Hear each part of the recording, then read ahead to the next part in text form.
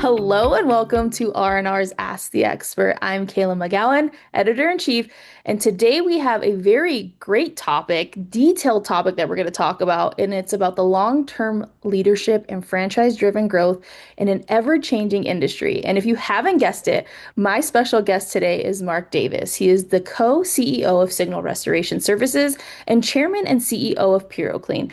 So I will stop talking and we'll get right into it. Welcome, Mark. Well, thank you, Kayla, and very happy to be here.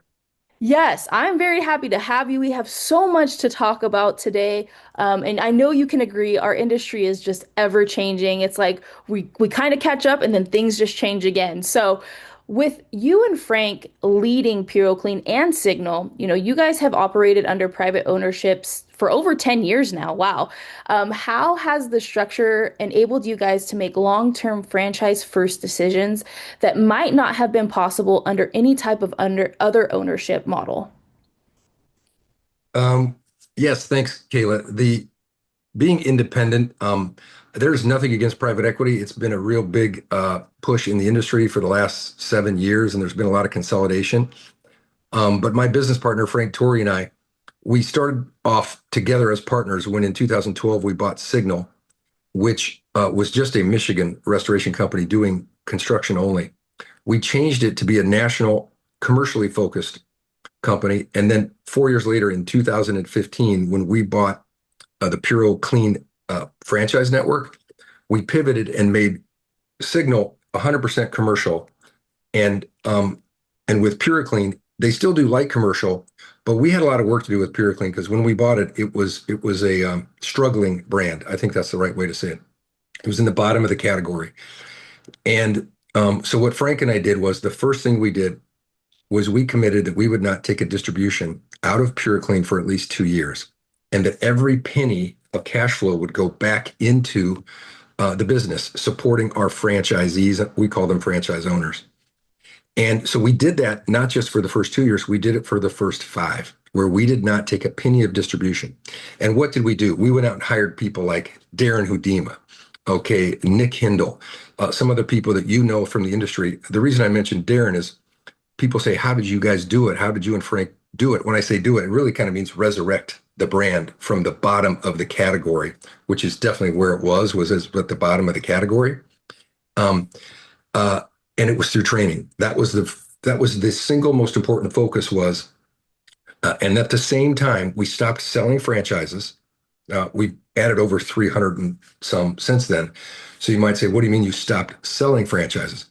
We stopped selling franchises for the purpose of having a sale. And we started awarding franchises to a more qualified candidate as we increased and elevated the standards that we were looking for in a potential PureClean franchise owner. And so as we were then awarding franchises and not just selling them, and at the same time not taking any money out and investing in the training. And it isn't just the 3 week training, because training is a constant. A lot of people say, what kind of organization are you? Yes, well, of course, we're a franchise system, but I also say we're a training organization because we're training our team members every single week, 52 weeks a year. Because not only do we have our in-class or in-house training at our academy in Fort Lauderdale, but we developed an online training academy. That's the first area that our investment dollars went into was an online trading academy. So we now have over 100 classes that our PureClean franchise team members can participate in, everything from ethics to safety to those IICRC important guidelines, et cetera, industry standards. And then we also then added them in Spanish. So now we have all those online courses, username and password protected. So when, let's just say, a PureClean franchise owner in New Jersey, they've come through the training, they've opened their doors, but now they're adding team members. Well, you can't afford to fly people to Florida for all that training. So we made it to where our franchise owners can be doing a lot of this training in their conference room, in their kitchen table, even in their truck, from their iPad or whatever. And now we're actually working in developing AI tools to be able to support. We're working with Know-How and some other companies like that on the cutting edge to help our franchise owners keep up with obviously what's going on in the industry, but always adding the training component. So the private ownership piece, nothing against private equity. They certainly have played an important role, but Frank and I have made a commitment to the PuroClean Nation that we're not going to sell PuroClean to private equity. We've done our estate planning. Frank and I are going to own it into perpetuity, and we're very aware and involved. We don't run the day to day. We have an incredible management team led by Steve White and George Hernandez that runs the business day to day. And then in Canada, we have Jason Reese, who, we have 62 locations in Canada, and they're all full service. And the Canadians continue. You were just at Elevate at the Veriska conference, and you may have seen how strong the PureClean Canada contingent is as well. But I think part of it is if we remained private but didn't reinvest back in, what's the difference? But I think what the difference really is of being private is that we don't have any quarterly or even annual expectations to send money somewhere else, or to get a particular return. When Steve White asks Mark and Frank, Steve's our president, when Steve White asks Mark and Frank for an investment, we are yet to say no. We have not said no. And I mean an investment in supporting our franchise owners across the US and Canada. Well, I would definitely say to your point, investing into your people and to your growth made a world of difference for your guys's journey, if you will. It's been a journey. I know there's still a lot left, but I would definitely say that's extremely important, especially education. That you cannot resurrect, to your point, without the proper training and education, right? You can't expect people to succeed if they don't have the right tools, right? That's right. So you talked about your operators and your owners, and you guys have scaled, of course, nationally into Canada and across the US. And I did get to meet some of the Canadian folks, great group of people. I sat next to them in a couple of sessions, and their love and passion is the same as you would expect, maybe a little magnified because they are very passionate, right? But speaking of that, you guys continue to scale. What systems and culture pieces or even strategic decisions have made, the most critical, I guess, impact in supporting your franchisees while being able to grow and build the brand overall? Well, it all starts with culture. And in any organization, you can look at in any industry across the world, it's always about culture. And when Frank and I bought the company, we were concerned about the culture because again, PureClean was, as I mentioned earlier, kind of in the bottom of the category of restoration franchise systems. But what we inherited when we bought the company was a new president. Steve White had been brought in by the former ownership, and he just hadn't been given the resources, the financial resources to execute his strategy. And his strategy and his philosophy ended up being 100% consistent with Frank Torrey and myself, which is about servant leadership, which is taking an organizational chart with maybe the owners or the CEOs at top and then flipping it upside down, where in essence, we as the ownership group, we work for our franchise owners. That's what we do every day. We roll our sleeves up. And so, like we said, we have yet to say no to Steve. So when Steve wanted to expand services here and here and here, not just the training and not just the online academy, but even up at the regionals, and we have a convention every year, and it's always focused on training. And then we have a fall regionals, which we do 5 of those across the U.S. and Canada, and that way our franchise owners can drive to those training. Even though we always have the online component, but there's nothing like getting together and sharing best practices and what's going on in the market. So again, those, but the really number one was culture and the investment in the servant leadership mindset, where that's what we do every day. We exist to serve our franchise owners, and our franchise owners know this. Meaning, we always say squeaky wheel gets the grease. Is that the other component is the ratio of regional directors. Those are the people that actually visit our franchise owners and help them, and they're really their inside consultants. When we bought the company, the ratio was like something like 45 franchises to 1 regional director. How could you possibly know what 45 were doing? We not only hired more regional directors, we elevated the qualifications for a regional director and then added enhanced training and reduced the ratio to 25 to 1. So now our ratio is 25 franchise owners to a regional director. So again, and those are the kind of things that they obviously take resources and they take commitment, but it's really all about serving our franchise owners. And what is our responsibility? Our responsibility is to do as much as we possibly can to support the businesses of not just the new franchise owners that have come into the system. And as you can see, we've had tremendous growth. But we also looked at it and said, okay, we have 200 franchise owners that we're inheriting. What can we do to them? And I'm happy to say that even our largest franchise when we bought the company 10 years ago in Louisville, Kentucky, Rob and Carol Ann Hunter, they are amazing people. And they've been in the business. I mean, with PuroClean is that they were actually a brand that pre-existed PuroClean called PuroFirst because that was the original brand, and they have not missed a convention in 25 years. They are at every convention, and so they were the largest franchise, doing 8 million when we bought the company 10 years ago. And one of the things Steve White had said, Mark, I've been in franchising 30 years. This was back 10 years ago, and he said one of the challenges you and Frank will have is how do you continue to support those that are larger and that have had success. And so one of the things we're very proud of is we've tripled the average revenue of our franchises, even as we've gone from 200 to over 500. We've tripled the annual revenue. But even with our largest, so Rob and Carol Ann Hunter have tripled their business as well. And so that is something that we're very proud of because, again, now they've done it on their own. I can tell you, I don't think we've done that much to help them, but they're very humble and they're very wonderful. And their son Chase has a lot to do with their growth. But again, it's just something that we're proud of is that it isn't just those smaller franchise owners that we've helped grow their business by 3 or 4 times. It's even our largest franchise owners as well. When I would say, obviously, culture is a really big thing to your point, but you guys have the right tools and the right people in place to help triple the growth, right? So it's a team effort, I will definitely say. And I love that you mentioned turning the org chart upside down, learning, leading with the servant heart, essentially. And that's everybody in your organization and everybody in our industry should be that way, right? Because we're serving people and we have to have compassion and understanding, but also treat them as an equal, even though they don't know what's going on. And so I think you guys have done a really good job. I see you regularly, I see your team all over, and that's something that is so refreshing because, again, to your point, you are part of the team, right? And that's, I think, what makes you guys really so successful. So, speaking of growth, you guys have had your sales grow nearly 40% since 2022, right?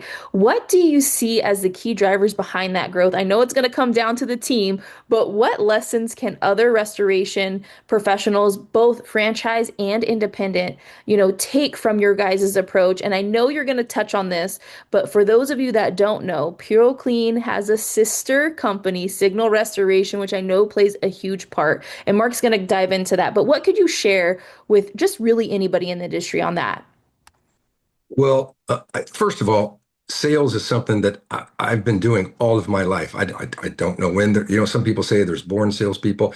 I'm not sure I was born a salesperson, but I received sales training, formal sales training from the age of 19 when I was a member of Sigma Phi Epsilon fraternity, and it was a game changer for me. And then my first job after college was working for my fraternity, but I was in charge, national expansion director. I was in charge of starting new chapters from scratch, where I would go to a university, sit there. And so just sales has been in my mindset. And Frank Torrey, my business partner, he started his first company with one wheelbarrow and a truck and grew it to being in 16 states and, over 100 million in revenue. And so we both had, nothing happens till you sell something, right? I mean, so at the end of the day, it's very important to have operations, and your operations need to be best in class. But what good does it do to a restorer, for example, to have the best operations in your market if you aren't selling something? Okay, so I always say nothing happens till you sell something. So at PuroClean, again, a lot of this has to do with some forces that were in place before Mark and Frank bought the company. So I need to make sure that we're not sitting here, we're definitely not patting ourselves on the back. But in our first few years of ownership, we were able to secure national accounts with three of the top five carriers in the United States. And those relationships continue to this day.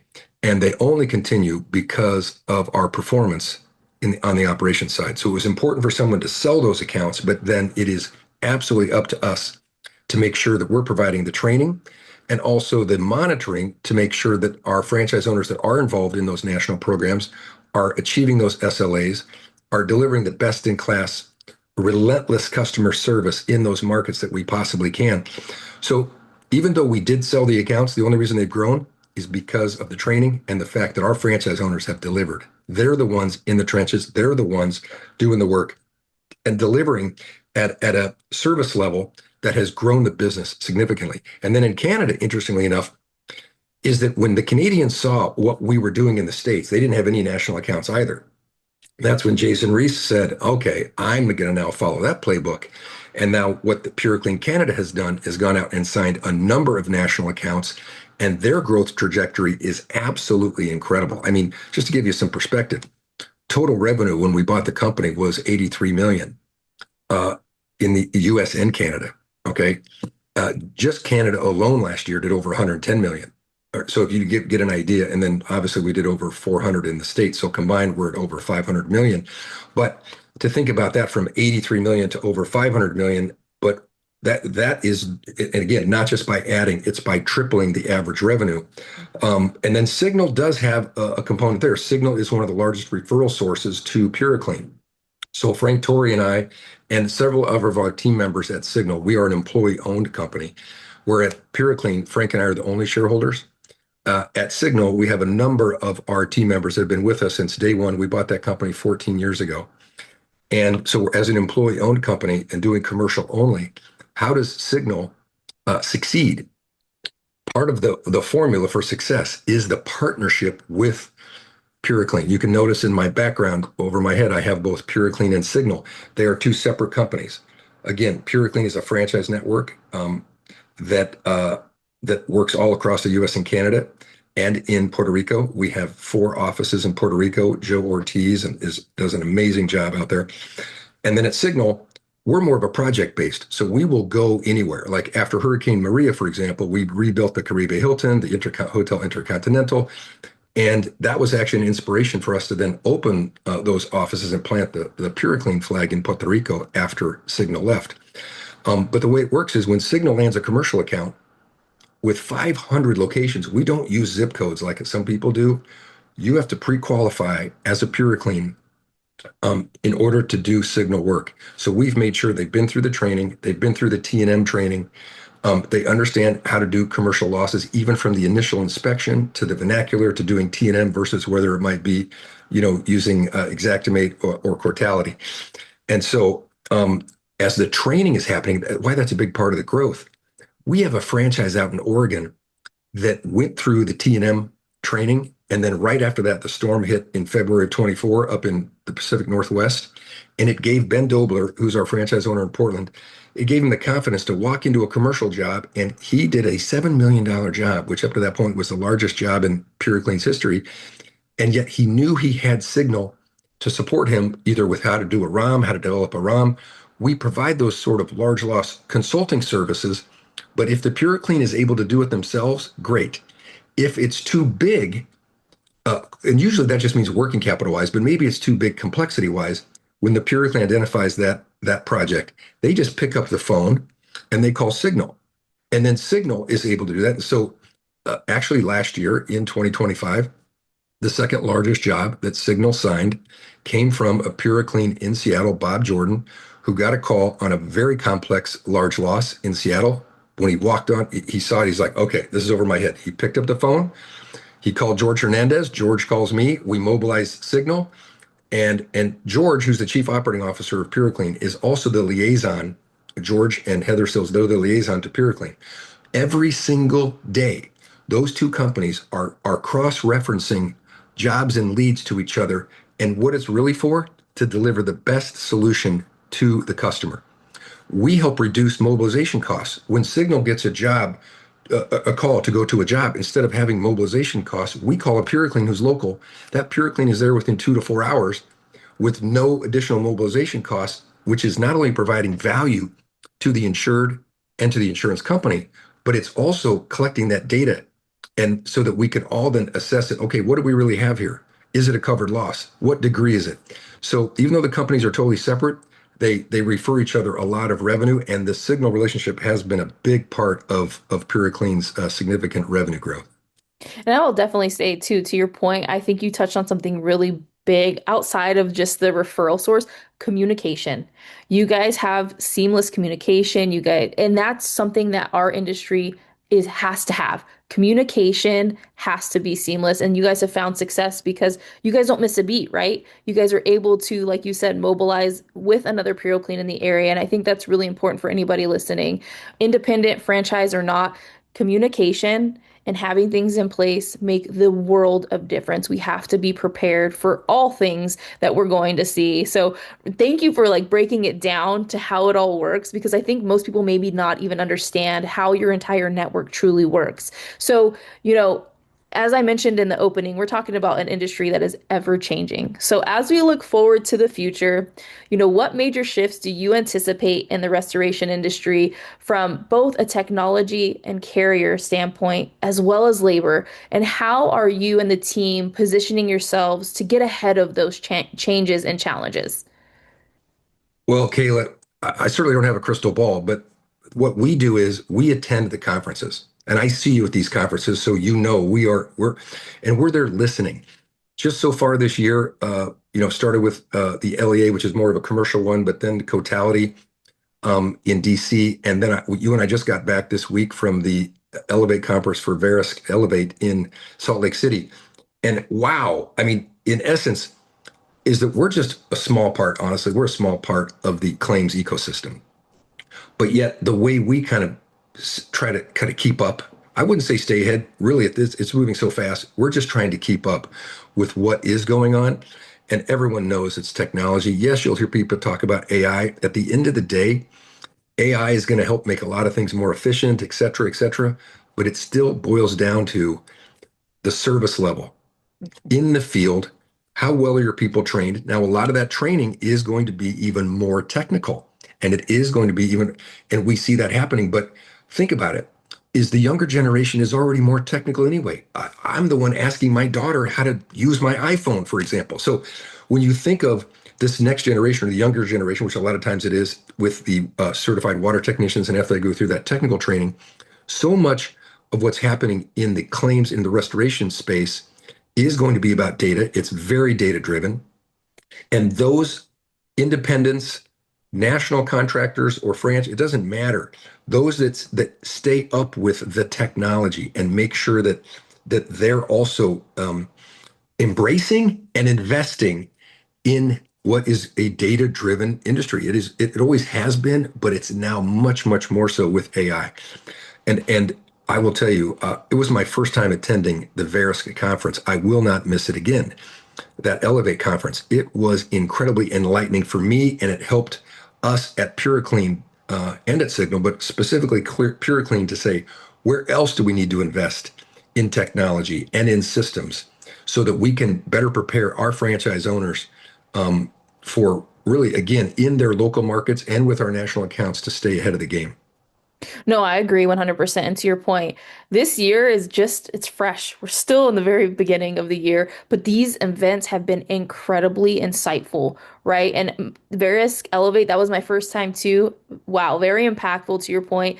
Them, Cotality, PLRB is coming, RIMS is coming. So I can only imagine what all of that is going to look like. But truly, us going to these events really give us some insight that we otherwise maybe wouldn't have had if we would have stayed in our bubble, if you will, right? We're crossing over into another portion of the claims ecosystem to one, collaborate, but two, understand maybe what we're missing. And I think it's really important for people to just take a second and listen to what we're saying. It's great to go to restoration specific events, but it's also really great to cross over into the claims and insurance world and even platform world, if you will, because that's what helps us actually, to your point, stay with the times.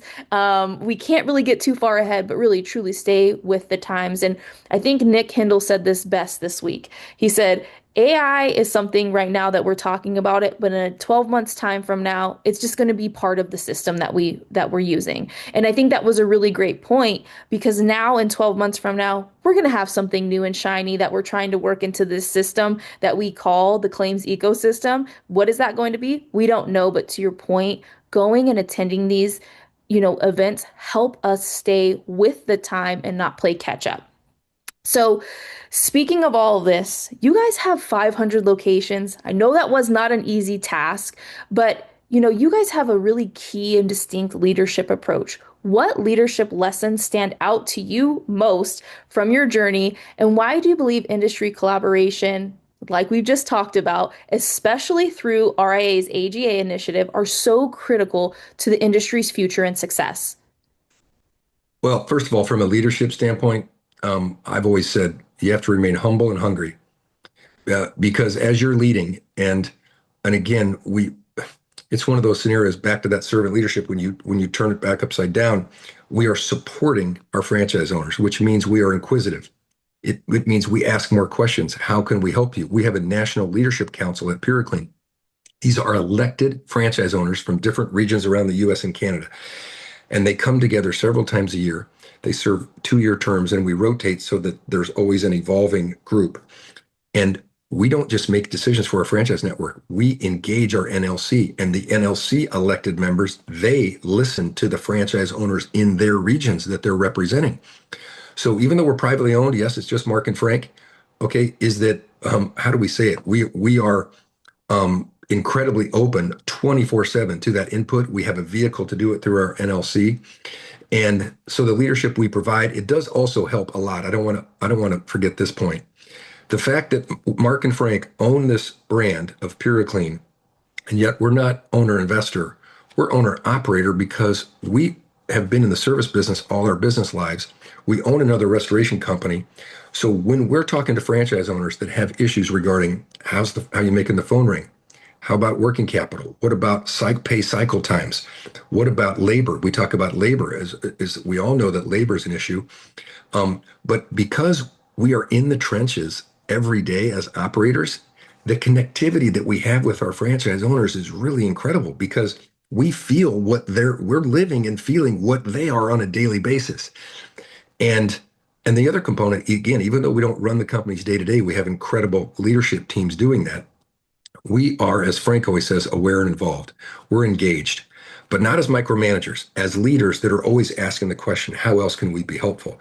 Yes, of course, on the sales side, um, we really believe sales is, again, some people don't like sales and I get it, but again, it's really the responsibility of the entire organization. And so creating as much of a sales culture as possible, while at the same time never discounting the fact that you must have best in class operations. And those operations need to be not only tight, they need to be, the data has to be there. And then you have to be able to deliver margins that are in line with what the industry has. Again, everybody gets to do their own pricing, but we always say to our franchise owners, look, singles and doubles, that's what wins in the day. Please don't try ever to hit a home run on a gross margin on a job. As an RA board member, I can also tell you we battle that. We call it the Pirates and Cowboys of the industry. We're always trying to do what we can to elevate. And one of the ways that we're doing that at the RA level right now is our big initiative through a carrier relations task force is we're now working with a number of carriers that we've invited to help us with this to define what is an ethical restore. Because again, trust happens to be one of the biggest issues between the insurance carrier side and the contractor side. And unfortunately, there's some reasons for some distrust because we've had pirates and cowboys. So what the RA is really actively engaged doing now is saying we're going to have an ethics program, and it's not just going to be a one and done and check it off. It's actually going to ultimately be, let's say, 2 years from now, and it's in process now. We'll have it defined before then, but we're not just talking about defining what makes up an ethical restore. We're going to then have it be part of the annual membership renewal, and also then there be training that goes along with it that isn't just the owner of the restoration company. It's going to be drilled down to their leadership team and saying, we're going to provide, most of it will be online training, but also through the convention, so that you can't just sign up and send a check and say you're a member of RIA in the future. It's going to be, okay, I'd like to be a member of RIA. I understand there is a very important ethics component to that. That includes my entire leadership team. Yes, we're going to go through this leadership training. We're going to sign an annual acknowledgement, like a covenant, to operate as an ethical restorer. And that will be just at least the beginning. It's ongoing. It's not going to stop, but the beginning of helping bridge the gap on this trust issue between carriers and restorers. And the entire industry, whether you're a member of RIA or not, whether you're an independent part of a franchise or a national program, a contractor, it's going to elevate, honestly, the entire industry through this ethics initiative. And I would definitely say, just to touch on that initiative a little bit, Vince actually spoke about that at Elevate as well. And it's been a conversation that we've had with RIA. It's not just something that you sign and agree to. You have to uphold it, to your point, right? And if you don't uphold it, there will be consequences, right? That's the nature of That's life. correct.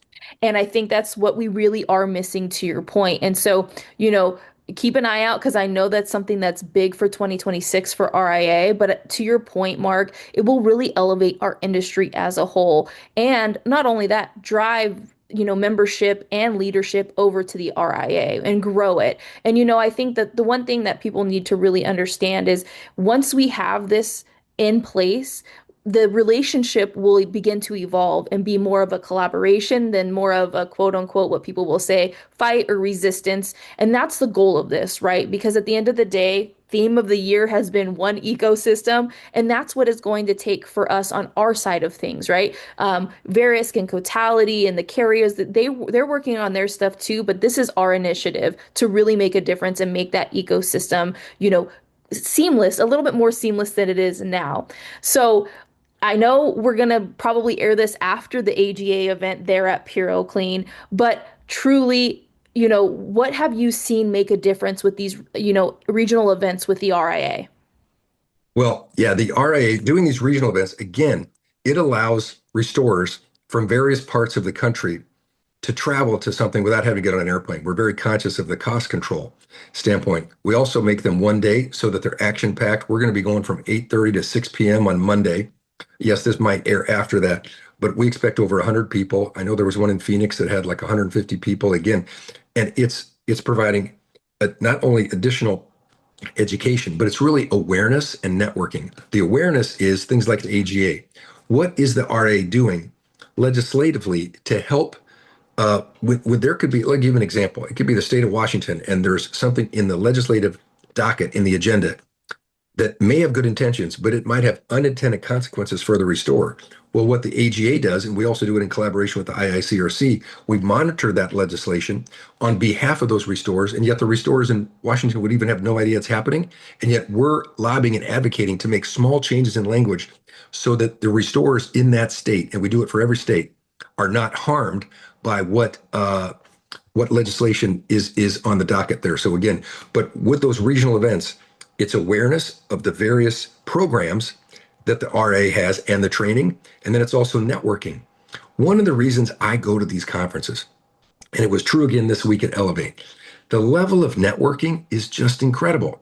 And so I know that depending on the size of organizations, it's harder. You might have to choose and budget and say which one you're going to go to.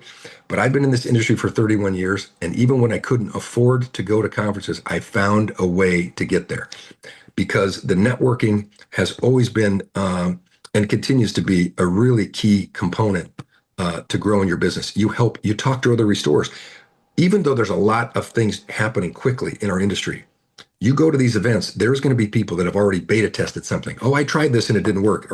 And you can save yourself so much time and energy and heartache by not just attending, but engaging. It's one thing to attend. Don't attend and sit in the corner. And if you take three people with you, I do the divide and conquer. Make sure if you're in a session, spread out and sit at three different tables. You don't want to all sit together. You can do that the rest of the year. Spread out, network, and learn.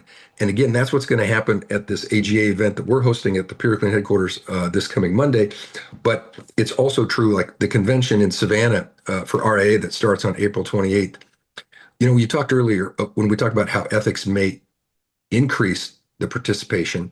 I think that's long term, but I think short term, it might decrease the membership, only because we're going to set the standard and we are going to enforce it.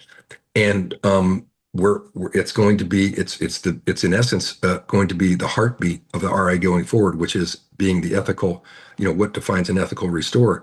So yes, ultimately we do believe that will add to membership. But again, if there ends up being some short-term decline, we're going to be okay with that because we're trying to elevate the entire industry together.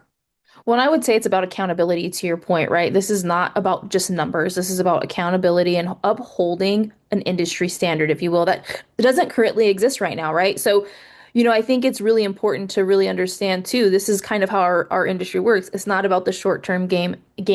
It's about the long-term game and the gain, right? So I think, if there is a decrease, it's warranted. And that's the nicest way to say it, right? Because again, we want to represent this industry with class, accountability, integrity, and that is what this code of ethics is going to do. So I want to say thank you so much for joining us, but I want to give a little special announcement for those of you that don't know because we haven't announced it yet. This is how we're announcing it. Mark has agreed to keynote the experience on day one, September 9th, here in Las Vegas. And I just wanted to personally say thank you. I'm so excited to have you come. But what does that mean for you? And what do you hope people gain from you coming to the experience? Well, first of all, I'm honored, Kayla. So thank you for that opportunity. But what it means to me is, when I started out 31 years ago in Arvada, Colorado, a suburb of Denver, when I entered an industry I knew nothing about, I started as a very small independent. And yet, even though, and my eyes were opened because the company Rocky Mountain Catastrophe that I started with, that very first year of ownership, and Jeff Johnson and I, who's now Jeff's the CEO of First On Site, he and I purchased Rocky Mountain Cat together. And then Hurricane Fran, just a few months later, hit Wilmington, North Carolina. Now, even though we were in Colorado, we looked at each other and said, we should probably go to this storm. Now, I'm not recommending this for every store, please understand, but as a small independent, the thought was, okay, that makes sense. And when you have a partner, say, okay, Jeff, you stay back and you manage the day to day because we have to always have to take care of your home base. It's very important. Even with our PuroClean franchise owners, we don't ever, ever, ever try to entice them to do storm work. Okay, it is if they really believe that they're at a point where they can keep the home base and those service levels at the level they need to achieve, for the performance of each claim, and you have excess capacity, then we say it's against their decision. But having that first opportunity in that very first year, and so what part of why I'm excited to speak of the experience was I started as a small independent, and a lot of the attendees I know because I've been to the experience conference. A lot of them are smaller independents, but yet everyone wants to grow. And so I love the idea of just talking about and engaging with restorers and carpet cleaners and other type of cleaners because I know experience is not just restorers but there are a lot of restorers that started as carpet cleaners and then evolved into the restoration industry.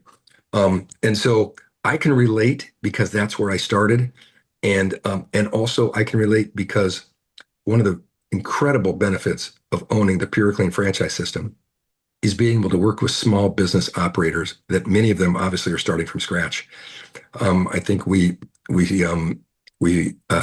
started 32 new PureClean franchises from scratch last year. This year, and again, we don't sell them, we award them, but we have a lot of even momentum going into this year. I think we'll probably end up around 50, which means we have the opportunity to work with 50 small business operators that are starting from scratch. And then how do you do that? There is nothing more fulfilling than when 2 years later or 3 years later, that small business owner is now attending some sort of conference for the top 10% or whatever is that. And so anyway, and just by attending experience, that means whoever has made that decision, say, I'm going to attend the experience. I'm here to learn. I'm here to grow. And I just hope that I can provide you just a little bit of inspiration for those that do choose to attend and provide some value at whatever level I can. And I would definitely say, just to your point, you have a very unique journey and career in this space, which resonates with everybody in attendance, right? The small independents to maybe selling your business, right? I think we've seen a lot of people who've sold the business, tried to step away, and then they come back. And now at the franchise level, right? So it's really cool to hear your story, but I also think, to your point, it will resonate with everybody who is there. And, again, it's not about the short game, it's about the long game, and you are walking proof. So thank you so much, Mark. I'm so excited to have you speak at the experience, but really, thank you for sharing all of this information. It was very insightful and enlightening. And I think for those that are going to listen to this, they're really going to say, wow, I just need to take a second and soak it all in. It doesn't happen overnight, right? And that's kind of the theme of this conversation. So thank you so much. And for all of you watching, we will see you on the next episode of Ask the Expert. Take care.